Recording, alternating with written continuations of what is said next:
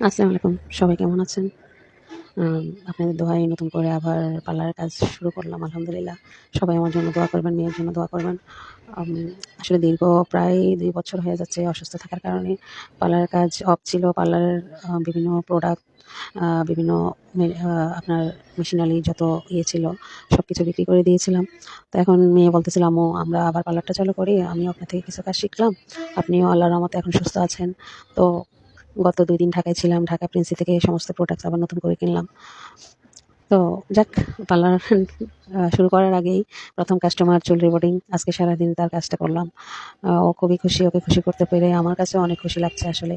সততার সাথে বিজনেস দেখা গেছে সীমিত লাভের মধ্যে যদি আপনি কাস্টমারের খুশি মুখটা দেখেন আপনার কাছে অনেক আনন্দ লাগবে। তো আমার কাছেও তেমনটাই লাগছে। ভালো প্রোডাক্ট দিয়ে ভালো সার্ভিস দিতেছি সীমিত লাভের মধ্যে।